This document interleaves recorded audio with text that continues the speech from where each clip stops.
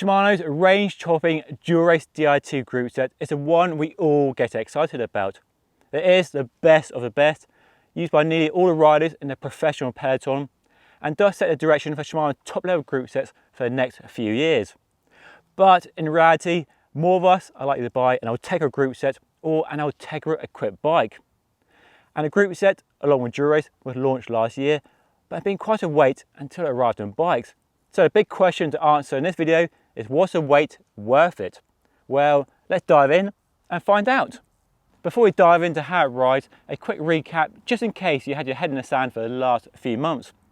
So Ultegra Di2, like Dura-Ace Di2, is now a 12-speed group set but keeps the 11.2 sprocket, so it joins Campag and SRAM and going from 11 to 12. It's now a semi-wired group set in that the shifters are wireless to the derailleurs, which are in turn wired together to an internal frame battery. We have new hoods offering better ergonomics, new brakes offering more clearance, and faster and more precise shifting than before.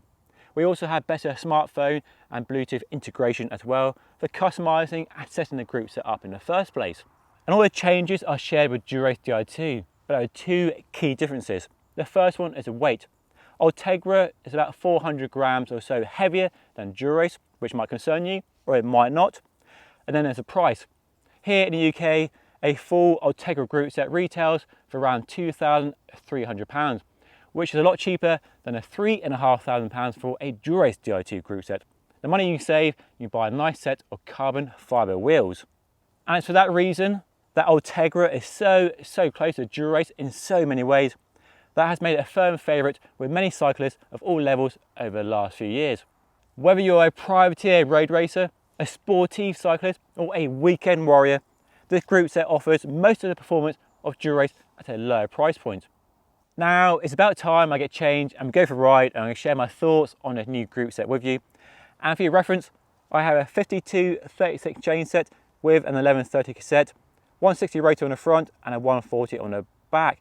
So I've been riding the group set for a few weeks now on my lovely Colnago C68, and it's definitely a first ride impressions, first ride thoughts sort of video rather than anything in depth or final, because I need lots more time on the group set, quite a few more months, and ideally I need to ride through the British winter, the ultimate test of any bicycle component, especially a group set. And my favourite feature, my favourite change to a new group set by far, and the most tangible one, are the hoods. I love the shape, I love the texture. They are a lovely thing to hold in your hands, like a really smooth pebble you find on the beach. No sniggering at the back, please. I personally think the extra height is no bad thing. There's more to hold on to, more to grip with your little hands when you're going hammering tongs, tucked down low and aero, and the way they're canted over, well, that's all fashionable in the pro peloton these days, isn't it? Have you seen some of the ridiculous hood setups in the pro peloton these days? I'll flash out a picture. But the rest of the changes and upgrades, well, to be honest with you, out here on the road, they are hard to detect. But that's only because the previous group set was so damn good. The star of the show though has to be the shifting performance. Fast, precise, quiet, unflappable. You can shift gear at any speed, any power, cross chain it, nothing phases it at all, utterly reliable. The group set is whisper quiet as well, no noise in any gear, cross chaining, whatever you're doing, just absolutely silent. They've probably made it quieter than the old group set, which wasn't exactly noisy, but it's a lovely thing to ride on. The new group set is disc brakes only, which will annoy lots of people, but as you know, I love disc brakes and these are fantastic. The old group set had fantastic disc brakes. Shimano does do hydraulic disc brakes really well. These have a few changes which you kind of can feel if you're really looking for it, but generally the performance of the old group set, in my opinion, was such a high level. These don't move it on too much. We've got more pad clearance, which I can't really tell the difference, to be honest, but you can feel the servo wave, which is a GRX borrowed technology. Basically, they change the speed of the brake lever so it's not linear, and when you first pull the brake lever, the pads move more quickly and then slow down as the pads hit the rotor. and it gives you a much finer feel of what the brakes are doing, and it's just easier to control the bike and your braking in all situations, just that finer level of control. So it just makes modulating, overused word I know, a bit easier. It just makes the brakes a joy to use. You can really feather the brakes with one finger with a lighter touch, and what I like as well is I can have my fingers wrapped around the brake levers with them slightly pulled towards the bar, ready, poised to slam on the anchors if I need, say a tractor pulls out in front of me or a dog jumps off the hedge, which it happened the other day. When you're just bimbling around the genteel Cotswolds, as I am right now, you can't really detect the extra sprocket, the 12th sprocket on this new group set. It feels just like an 11 speed, shifts up and down just fine thanks to Hyperglide Plus. It just fires the chain up and down the cassette, so quick, so quiet as well. But generally, you can't really feel the extra sprocket. I've got an 1130, you can get 1134, which I might have to upgrade to because I'm not used to riding a 52-36 these days. I'm used to smaller gears to suit the hilly terrain and my declining fitness as I get older.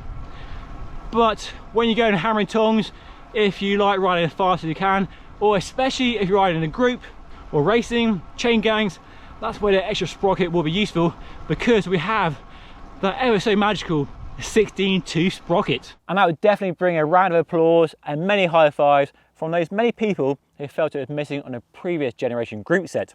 But it's back, and what's it mean? Well, many people consider the 16-tooth sprocket to be the sweet spot gearing. For that high pace, when you're in a fast moving group, having that 16-tooth is something that many people felt was necessary on a group set like this, aimed at high speed racing action. Now of course, whether that 16-tooth is useful to you depends on the speed you ride at, the group you're riding on, the terrain you're riding on, and of course whether you have a semi-compact or a compact chainset on the front. Ultegra, by the way, isn't offered with a racy 5339. You have to go to Dura-Ace if you want that. Now personally, I'm undecided about the benefits of that 16-tooth sprocket, but I guess it's better to have it than not have it. But what I really do like on this 1130 cassette is that the first 8 sprockets offer a 1-tooth jump. So it means that high speed action, which a group set is definitely aimed at, you have an easier time finding the right cadence and the right gear to match the speed you're doing. So that is definitely a good thing. Generally, this group set isn't a massive leap forwards compared to the old group set, and there's probably not much reason to rush out and buy it unless you want kind of some of these small features which we do have on this new group set. But generally nothing on its own that would compel me to rush out and replace an Ultegra Di2 11-speed group set if I had it on my bike. But taking it together, it's a bit more compelling. Then there's the price. The price is a bit punchier than the old group set, but unless you're buying a group set, you're more likely buying a complete bike. And if you're buying a new bike this year and you got your budget for Ultegra Di2, then well, I think it's fair to say you won't be disappointed at all. They really have kept everything that's great about the old group set and moved it on in a few key places to make it a nicer group set and a nicer experience. The app integration makes it easier to set up, easier to tune and customize. The charge port is in a more sensible place, I think. The semi-wireless is here nor there when you're actually riding the bike. So generally, Shimano have done what Shimano do, and they haven't been radical, they haven't been revolutionary, they've been sensible, conservative, cautious, but I think that's what people want and expect from Shimano. It's just a no-brainer really. Shimano group sets always are just an easy choice. You know, you won't be caught out with any nasty surprises. Just does what you expect, does what it says on the tin. So there we go. So all sounds very rosy and nothing bad to report, or is there? There are 2 issues to flag up.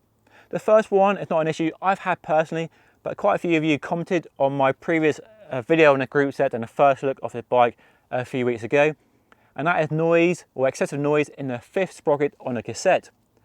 Now I tried replicating this in a work stand and out here in the open road by riding that 5th sprocket, but for me there's no noise at all. There's no noise in any sprocket on a group set at all. Nothing I would worry about or concern me. I also spoke to Madison, the UK distributor for Shimano and who supplied the group set for me to review, and they've not heard the same problem either. They have a fleet of bikes with a group set and none of them have had this issue. So a slight odd one that viewers on my channel are reporting this problem, but I've not experienced it, and Shimano apparently haven't had any issues either. But let me know if this has affected you on a group set on your new bike by leaving a comment down below. Something definitely need to keep an eye on, maybe a setup issue or installation issue, something along those lines. Anyway, one to watch going forward. And then the second issue isn't really much of an issue or a problem, if I'm honest with you, more of an observation, I guess. Let me know what you think down below. So with the last generation group set, you had a junction box underneath the stem or in the handlebar with a USB charge port for charging, clearly, or plugging into a laptop for firmware updates or for adjusting the indexing on the fly. And that's something you can't do with a new group set. The charging is done via the rear mech, that's the brains of the system now, and you adjust the group set via the app, which works really well, especially for installation. But if the indexing for some reason is a little bit out while you're riding along, you can't do it on the fly anymore. But really, you have to stop by the side of the road, get the app out, make some adjustments, and then carry on riding. But of course, I know that for 99% of the time, you won't have to adjust the indexing on the fly at all. Just a small observation of something you can't do on a new group set, which you could on the old group set. So, does the new Ultegra Di2 deliver? Well, clearly, yes, in many ways. All the performance of Dura-Ace without the high price tag, a small weight penalty, and personally, I prefer the looks of the grey over the gloss black. Unless you have to have the best of the best Ultegra as a group set to choose. Or is it? There's now a new player in town. While Ultegra Di2 has always been the cheapest and the most affordable electronic group set from Shimano, there's now a new option. We have 105 Di2, launched but not quite available yet. And that offers all the performance, potentially, but at a lower price point and a bigger weight penalty. I've not had the time to ride that new group set yet, but I think that's a real threat to Ultegra being the no-nonsense choice it always has been. Of course, there's no mechanical version anymore, which I think is a real shame. Always loved Ultegra mechanical for that price and weight and performance. But in this electronic world we are moving to, Ultegra's position as the easy choice might be threatened by 105 Di2. And then of course there's a SRAM Force option. So maybe a future video, if enough of you like the video, is to do a comparison of this and SRAM Force 2x to see whether Shimano or SRAM wins in this kind of amateur, one step below the pro level group set battle. And that's my first ride of the new Ultegra Di2 group set. If you want to see my review of the Dura-Ace Di2 group set on a lovely Ultegra aero bike, check out this video right here. And don't forget to subscribe by hitting this button down here. But that's all for now. Stay tuned for more, and I'll see you all again very soon. Thank you so much for watching.